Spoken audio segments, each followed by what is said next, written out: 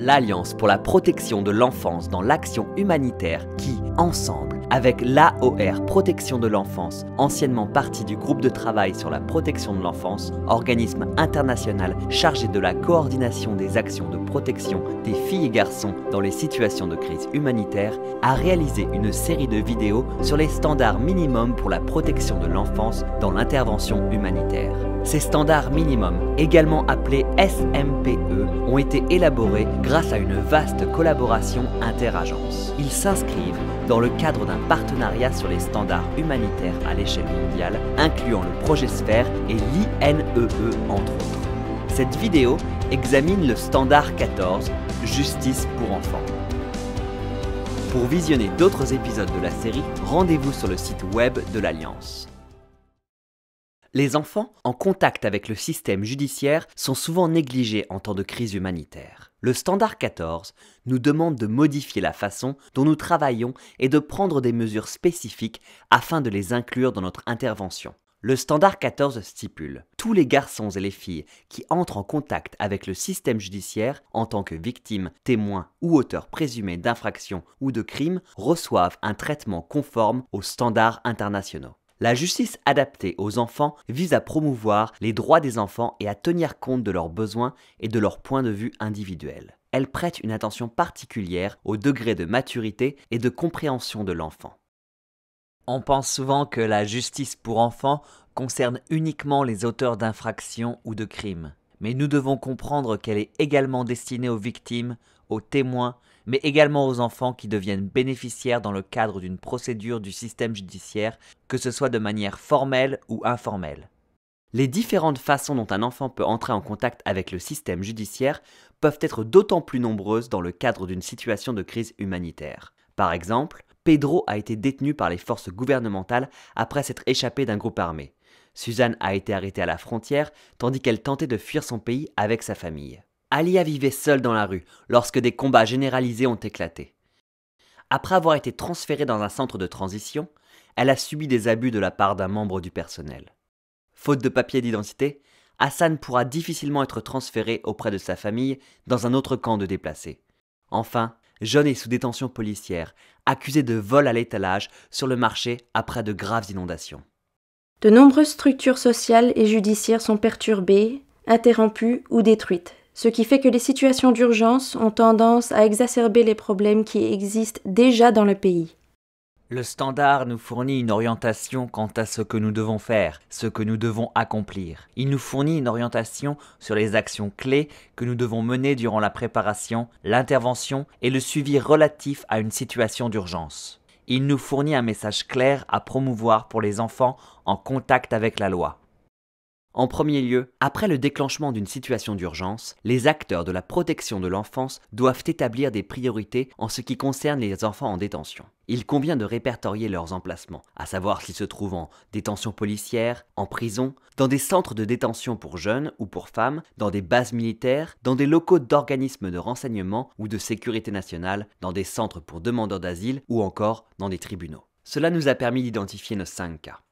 Nous nous concentrerons sur 2 d'entre eux, John et Alia. Alia a été séparée de ses parents lorsque le conflit armé a éclaté. Elle a été récupérée dans la rue et placée dans un centre de transition en attendant la recherche des familles. Au bout de quelques semaines, elle a révélé à un travailleur social d'une ONG que l'un des gardiens du centre la battait et l'a forcé à mendier dans la rue pour lui. La maison de la famille de John a été détruite durant de récentes inondations. Depuis, lui et sa communauté sont confrontés à d'importantes pénuries alimentaires. Sa faim l'a conduit à voler quelques fruits sur un marché voisin. Le vendeur s'en est pris à lui et l'a battu violemment. Lorsque la police est intervenue, elle l'a arrêté et emmené au poste où il est resté plusieurs semaines sans être inculpé. En tant qu'agent humanitaire, nous sommes souvent aveugles face aux enfants en contact avec la loi et plus particulièrement à ceux en conflit avec la loi. Les conflits armés et les catastrophes peuvent modifier la relation entre les enfants et le système judiciaire, favorisant une victimisation et une négligence plus importantes. Par conséquent, nous devons absolument les prendre en considération dans les évaluations et dans la conception du programme dès les premiers jours suivant le déclenchement d'une situation d'urgence. L'invisibilité signifie que les droits ne sont pas respectés. Les communautés peuvent parfois les considérer comme des problèmes à cause de ce dans quoi ils ont été impliqués et de la violence à laquelle ils ont été confrontés dans les communautés. Par conséquent, il peut arriver qu'une fois détenus, ces enfants ne soient recherchés par personne. En situation de crise humanitaire, les différents acteurs disposent de différents mandats en matière de protection de l'enfance. Parmi eux, nous retrouvons des représentants officiels du gouvernement, des acteurs du droit coutumier et de la communauté, des travailleurs de la protection de l'enfance, ainsi que le CICR et des spécialistes d'autres secteurs. Les situations d'urgence donnent lieu à l'intervention d'acteurs très nombreux. Il devient alors capital de nous coordonner et de travailler ensemble afin d'éviter la répétition inutile des efforts ou encore la détermination d'objectifs contradictoires. Il est important de nous rappeler que réduire les risques d'enfants en contact avec la loi ne relève pas uniquement de la responsabilité des agences travaillant dans la protection de l'enfance. Les agences travaillant dans la santé, l'éducation ou la génération de revenus peuvent également réduire les risques. Lorsque des familles reçoivent un soutien quant à leurs moyens de subsistance ou une aide de la part du secteur de l'éducation, cela peut contribuer à empêcher certains enfants de se retrouver dans la rue, de commettre des crimes ou encore de rejoindre l'armée. L'histoire d'Alia est un exemple évident de la nécessité de coordination. Après avoir discuté du problème avec la jeune fille et l'avoir informée de ses droits et options légales, le travailleur de l'ONG a dû se mettre en relation avec la direction du centre de transition, la police, le ministère public et les services de santé. Nous devons bien souvent impliquer des acteurs issus des systèmes judiciaires à la fois coutumiers et formels. Nous devons travailler en parallèle dans les deux systèmes car ils sont complémentaires. Nous ne pouvons pas nous contenter d'agir sur le plan formel ou informel uniquement. Nous pensons qu'il est important de plaider pour l'application du système de justice juvénile, tout en tenant compte du système de justice informel ou coutumier en vigueur selon la communauté. Les enfants, en contact avec la loi, peuvent être confrontés à de nombreux problèmes tels que les passages à tabac, la torture et le harcèlement sexuel, la séparation prolongée avec leur famille, la faim et la souffrance physique ou encore la violence psychologique. Les situations d'urgence augmentent la tension au sein du système et accroissent la vulnérabilité des enfants, notamment à la détention arbitraire. Ainsi, il est important d'agir rapidement et d'inclure systématiquement les enfants en contact avec la loi dans nos interventions humanitaires.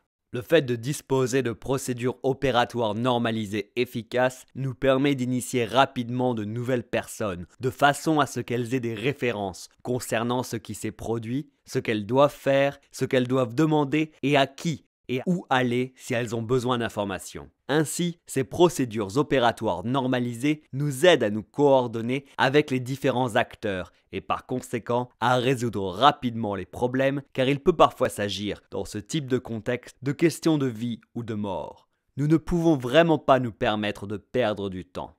Les activités doivent être classées par ordre de priorité en fonction de la situation et des besoins des filles et des garçons. Après avoir répertorié leurs emplacements potentiels, les premières étapes peuvent consister à inscrire les enfants et veiller à ce que leur statut soit à la fois parfaitement clair et compris par les autorités. Garantir leur sécurité en surveillant leur situation au jour le jour. Veiller à ce qu'ils aient accès aux services de base. Il s'agira ensuite de garantir le contact avec les parents proches. Partager de façon adaptée aux enfants toute information objective sur ce qui se passe. Prévenir les différentes autorités de la situation des enfants. Former des représentants sur les principes de la justice adaptés aux enfants. Fournir un soutien psychologique. Nous tentons de travailler sur un aspect très important qui est le soutien psychosocial et la composante psychologique. Nous offrons à ces enfants un soutien psychologique au moyen de séances de soutien psychologique axées sur des jeux, ainsi que d'un soutien psychologique individuel ou en thérapie de groupe. Lorsque le travailleur a constitué le dossier de John, il a réalisé que le garçon avait besoin de différents types d'aide. Il s'est assuré que John avait accès à de l'eau potable et à de la nourriture et était en contact avec ses parents. Durant tout le processus, il a plaidé pour la libération du garçon et un règlement rapide de l'affaire sans maintien en détention. Il est important de mettre au point une analyse actualisée de la situation légale des enfants, faisant état notamment des modifications de leur statut légal, de toute détention arbitraire, du temps et du traitement en détention policière, de l'accès à l'assistance juridique et de l'accès des victimes à la justice. Cela est possible grâce au recoupement des informations relatives aux cas individuels avec des statistiques et autres données provenant de tous les acteurs. Les données sont importantes pour une programmation efficace et ciblée, plus particulièrement dans les situations d'urgence. Nous avons besoin d'avoir des informations sur les enfants en détention, leur nombre, le type d'infraction qu'ils ont commis, ainsi que des informations sur les services qui leur sont accessibles, par exemple la disponibilité d'un avocat dans un certain endroit et l'accès des enfants aux services juridiques. Lorsque la préparation et l'intervention sont correctement menées, les situations d'urgence peuvent en réalité constituer des opportunités de renforcer le système judiciaire. En période d'après-conflit, par exemple après le tsunami Aceh, des agences travaillant sur la protection de l'enfance ont facilité la mise sur pied d'unités spéciales pour la protection de l'enfance. Des agents de police ont été formés et de nouvelles procédures de gestion des enfants en contact avec la loi ont été testées dans plusieurs régions. La collaboration entre la police, les procureurs, les juges et les travailleurs sociaux a été renforcée, permettant d'éviter que les enfants ne soient stigmatisés durant le processus de traitement de leurs affaires. Les actions clés décrites dans le Standard 14 peuvent aider John, Alia et d'autres enfants comme eux.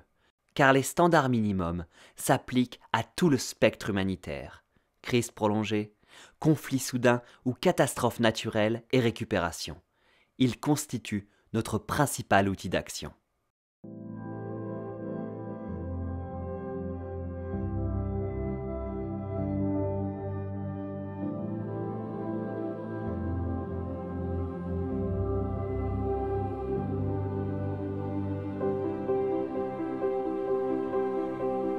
D'autres épisodes de la série sont axés sur comment utiliser les SMPE et sur les standards spécifiques pour répondre aux besoins. L'Alliance fournit une assistance pour l'application des standards au moyen notamment de dossiers d'intégration, d'orientation, sur l'adaptation contextuelle et de packs de formation. Pour plus d'informations, rendez-vous sur alliancecpha.org.